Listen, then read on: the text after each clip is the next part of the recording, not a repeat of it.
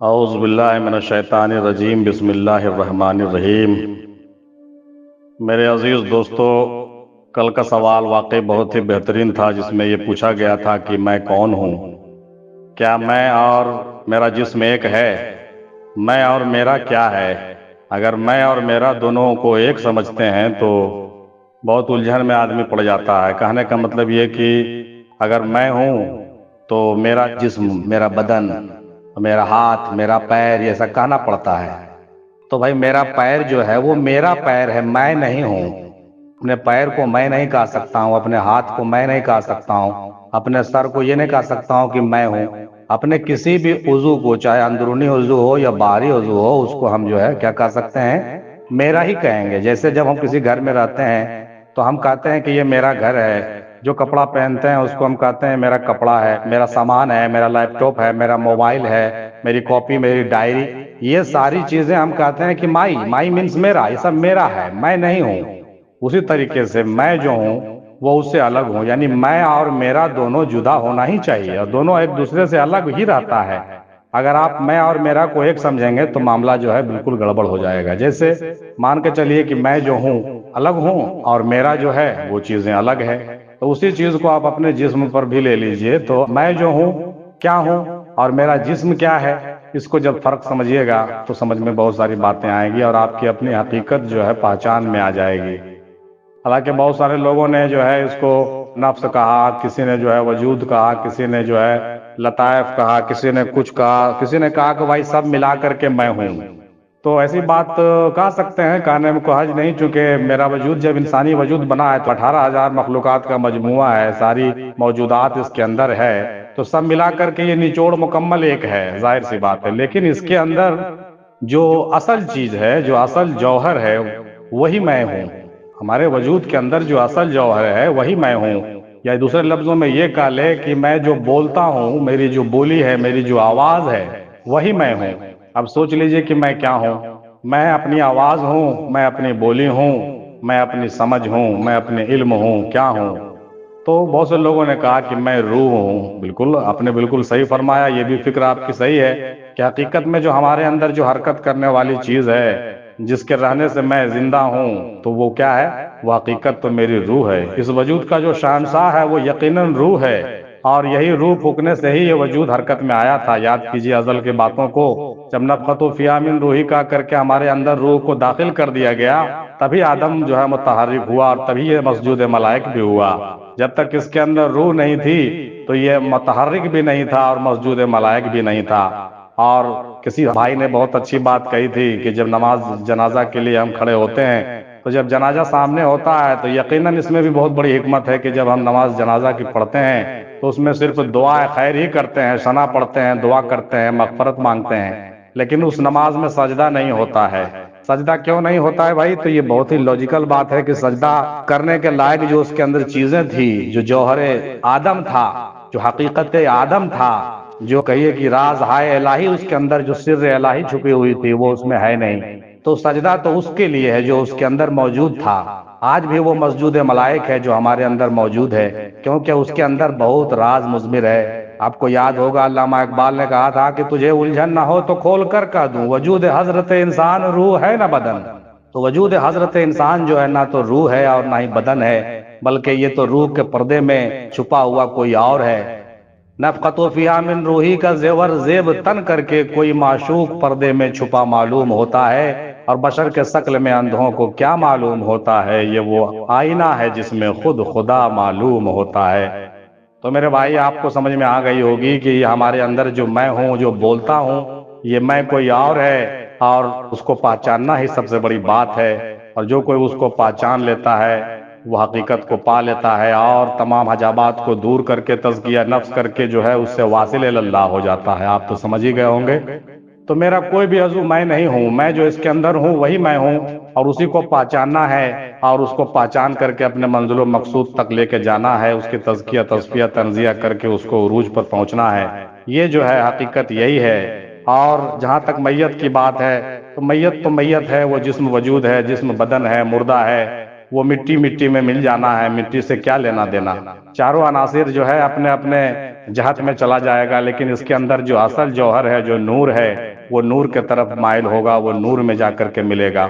ظاہر سی بات ہے بھائی کہ اگر ہم تمام معاملات کو سمجھ لیں گے تو مجھے حقیقت سمجھ میں آ جائے گی، معرفت سمجھ میں آ جائے گی، اور یہ بھی سمجھ میں آ جائے گا کہ میں کیا ہوں اور اللہ کیا ہے، بندہ کیا ہے، مولا کیا ہے، اور میں اسی دریائے بے قراری کا، اس اللہ کے بحر بے قراری کا جو ہے کیا ہوں، ایک حباب ہوں، ایک بلبلا ہوں، اور ایک موج ہوں۔ اگر یہ موج کہاں سے نکلا؟ موج جو نکلا ہے دریا سے ہی نکلا ہے۔ حالانکہ ہمارا نام موج ہے، لیکن میں تو دریا ہوں، اور یہ موج اسی دریا میں مل جانا ہے، اور یہاں سے اس وجود سے نکلنے کے بعد، مرنے کے بعد، یہاں سے فنا فی اللہ ہو جانے کے بعد، یہاں سے فنا ہونے کے بعد، یہ جو موج ہے وہ دریا میں ہی جا کر کے مکس ہو جانے والا ہے، اور یقیناً وہ دریا ہی ہو جانے والا ہے۔ اب دریا اور موج کی بات جب نکلی گئی تو علامہ اقبال کی بات سنتے چلیے۔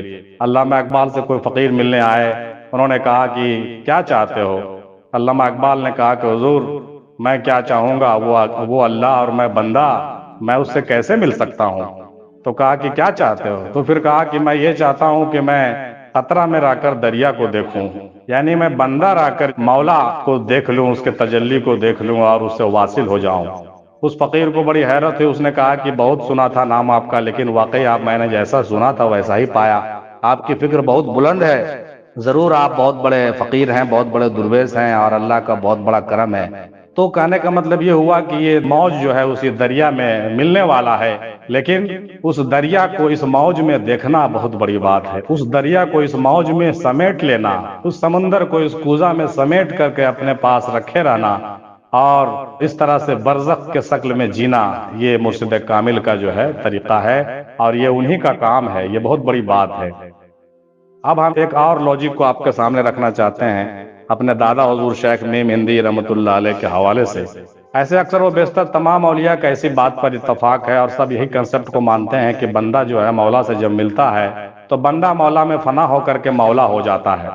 لیکن جو ہے حضرت میم ہندی سرکار دادا حضور فرماتے ہیں، ان کی فکر ہے، بات تو وہی ہے لیکن اپنی ایک بہتر فکر ہے، وہ فرماتے ہیں کہ ارے یار کیا بات کرتے ہو، ارے میں وہ بندہ بنوں گا جو دریا میں فنا تو ہو جاؤں گا، لیکن اس دریا میں ملوں گا نہیں، بلکہ اس میں جو ہے موتی بن کر کے جو ہے تیرتا رہوں گا، اور ہمیشہ ہمیش کے لیے بقا رکھوں گا، ہمیشہ ہمیش کے لیے باقی رہوں گا، میں کبھی مٹوں گا نہیں۔ تو یہ تھوڑی سی فکر ہے، سوچنے کی بات تو ایک ہی ہے، لیکن بات کو صرف سمجھنے کی ضرورت ہے۔ آپ ایسے بھی دیکھیں گے حضرت، آپ ایسے بھی غور فرمائیں گے کہ ہم لوگ جب یہاں سے دنیا سے گزر جاتے ہیں تو دنیا سے گزرنے کے بعد ایسا نہیں ہے کہ ہم بندہ ختم ہو کر کے جا کے اللہ ہو جاتے ہیں، جی نہیں، اللہ کی ذات ہے الگ ہے، بندہ کی ذات الگ ہے، جو کہ حقیقت میں ایک ہے، لیکن ایسا نہیں کہ مرنے کے بعد وہ بھی خدا ہو جاتا ہے، خدا نہیں ہم ہو جاتے ہیں، بلکہ ہم اس عالم سے منتقل ہو کر کے دوسرے عالم میں چلے جاتے ہیں، اور اس وجود کو کھو دینے کے بعد بھی ہمارا ایک روحانی وجود باقی رہ جاتا ہے، اور وہ روحانی وجود ہم کسی عالم میں محفوظ ہو کر کے رہتے ہیں، وہاں جو ہے سیر و سیاحت کرتے ہیں یا آرام کرتے ہیں، جو بھی کرنا ہے مجھے اس عالم میں کرتے ہیں، اور متعین وقت تک رہتے ہیں، اور یا نہیں تو ہم اپنے قبر میں اس وجود کو لے کر کے سوتے ہیں۔ اب سوچئے اگر اس وجود کو لے کے ہم نہیں رہتے ہیں، بزرگان دین اگر اس روحانی وجود میں نہیں رہتے ہیں، تو آج کیسے وہ زندہ ہیں، آج کیسی میری باتوں کو سن رہے ہیں، اور کیسے ہمارے سامنے وجود کے صورت میں آ رہے ہیں اور ہمیں ہماری رہنمائی بھی کر رہے ہیں۔ اس سے صاف پتہ چلتا ہے کہ یہاں سے پردہ ہو جانے کے بعد بھی ہماری روحانی وجود جو ہے وہ باقی رہتی ہے۔ یقیناً میم ہندی کی بات صحیح ہے کہ ہم فنا تو ہو جاتے ہیں، لیکن موتی کے صورت میں جو ہے باقی رہ جاتے ہیں، وہ اللہ کی قربت و وصلت میں رہتے ہوئے بھی ہمارا ایک وجود ہوتا ہے، حالانکہ ہمارا وجود اسی کے وجود سے منسلک ہوتا ہے، اسی سے واصل ہم ہوتے ہیں، لیکن پھر بھی اپنا ایک حیثیت اور وجود ہم ہمیشہ رکھتے ہیں، اور یہ حیثیت اور وجود کبھی ختم نہیں ہوگا، یہاں تک کہ جب قیامت ہو جائے گی، قیامت برپا ہو جائے گی، تو بھی ہمارا وہ جو صورت صدف اور صورت موتی ہے، وہ جو بقا باللہیت کی ہماری وجود ہوگی، جو ہمارا اسٹیل باڈی ہوگا، یوں کہیں کہ ہم جو اس نایاب ہستی میں ہوں گے وہ زندہ ہوگا اور جاوید ہوگا۔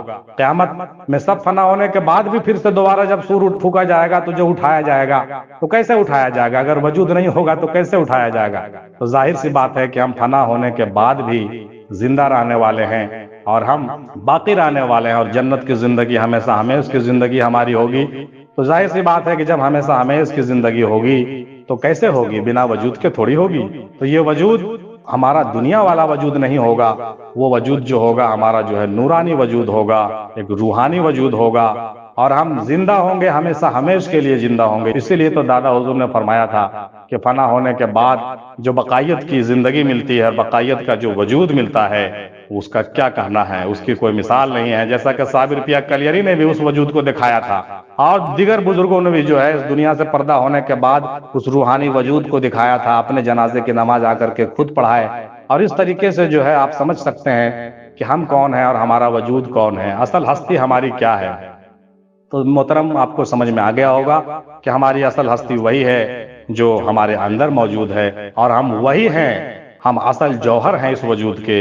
یعنی میں جو ہوں حقیقت روح ہوں، اور روح جو ہے اللہ تبارک تعالیٰ کا امر ہے، اسی کا ایک عکس ہے، اور اسی کا ایک یوں سمجھ لیجئے کہ نقل ہے، یا یوں سمجھ لیجئے کہ زیروکس ہے، جو سمجھ لیجئے دوسرے لفظوں میں بھی سمجھ سکتے ہیں آپ۔ تو یہ زیروکس ایسا نہیں ہے کہ مٹ جائے گا، ختم ہو جائے گا، نہیں، ہم یہاں بھی جو ہے زندہ ہیں، اور مرنے کے بعد بھی زندہ رہیں گے انشاءاللہ تعالی۔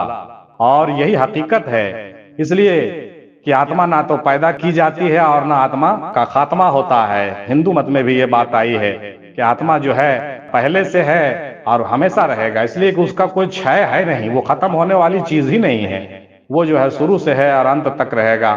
تو اس کو پہچاننے کی ضرورت ہے کہ تنزلات سے جو ہے اور مراتب سے ہم نے اس کو جو ہے سمجھنا ہے، اور یہ سمجھنا ہے کہ ہم کیسے کہاں سے نزول کر کے کہاں آئے ہیں، اور پھر ہم یہاں سے جو ہے عروج کر کے کہاں جائیں گے، اور آج ہم کس عالم میں ہیں، کل ہم کس عالم میں ہوں گے، پھر آخرت میں ہم کس عالم میں ہوں گے۔ ان تمام باتوں کو غور و خوض کر کے اگر سمجھ لیجئے گا، بوجھ لیجئے گا، اور مرشدان کاملین کے صحبت میں باتوں کو سمجھیے گا، تو اللہ تبارک تعالیٰ آپ کو جو ہے ذکر اذکار کے صدقے میں جو ہے وہ سیر و تفریح بھی عطا فرمائے گا، اور ان عالمین کا آپ سیر بھی کر سکیں گے، تو آپ کو یہ تھیوریکل میری باتیں جو ہے پریکٹیکل آپ کو سمجھ میں آئیں گی۔ تو انہی نیک خواہشات کے ساتھ اور نیک دعا کے ساتھ کہ بھائی ہم تمام لوگوں پر ان تمام باتوں کی جو راز اور پردے پڑے ہوئے ہیں وہ کھل جائیں، اور ہمیں جو ہے حقیقتوں کی گتھیاں سمجھ میں آئیں، اور ہمیں اپنے منزل و مقصود پر پہنچنے کی توفیق اللہ تبارک تعالیٰ عنایت فرمائے۔ وآخر دعوانا الحمدللہ رب العالمین برحمتک یا ارحم الراحمین، بحق لا الہ الا اللہ محمد الرسول اللہ صلی اللہ علیہ وسلم۔